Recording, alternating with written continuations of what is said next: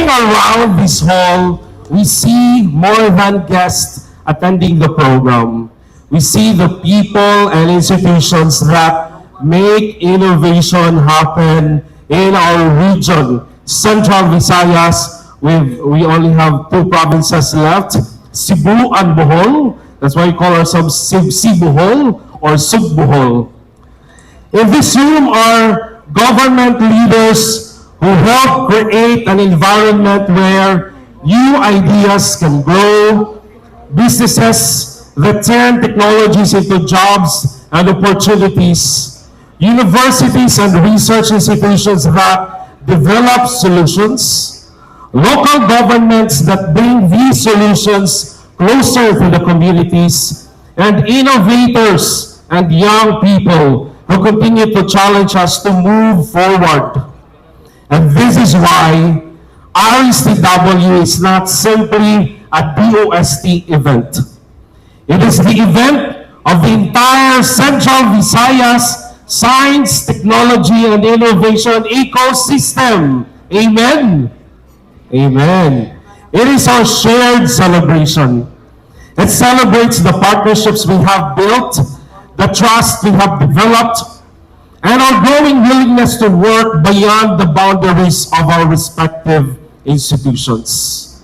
Today, government agencies are aligning programs, more than harmonizing or maybe the same.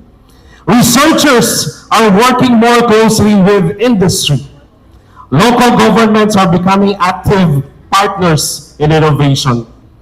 Chambers of commerce are helping connect science, technology with the actual needs of enterprises.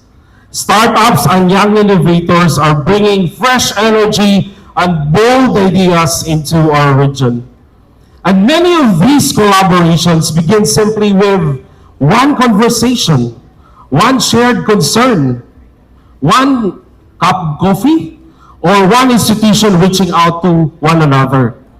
But when we nurture these connections, they grow into programs, technologies, enterprises, and solutions that make a real difference in people's lives. And that is the spirit of the celebration this week in our RSTW. Our theme, syensya, teknolohiya at inobasyon, kabalikat sa matatag, maginhawa at panatag na kinabukasan, and our sub-theme on food security, sustainable energy, and national resilience give direction to this gathering.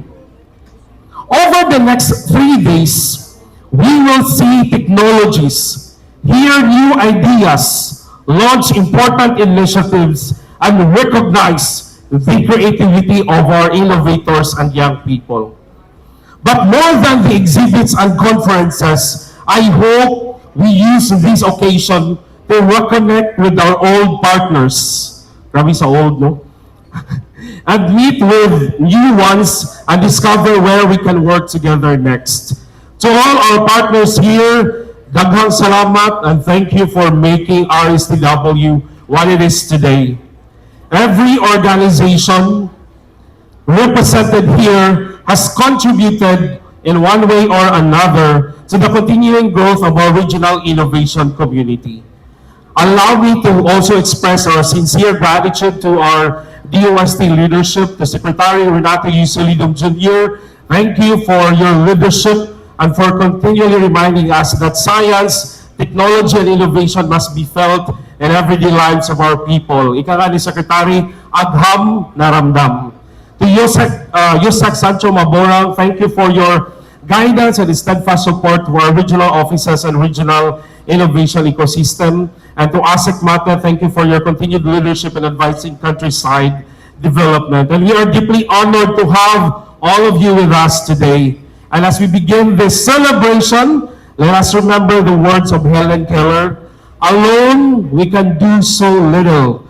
Together, we can do so much. And that line captures what RSTW in Central Visayas is all about. Our strength is not found in any one agency, institution, or sector. Our strength is found in what we can accomplish together.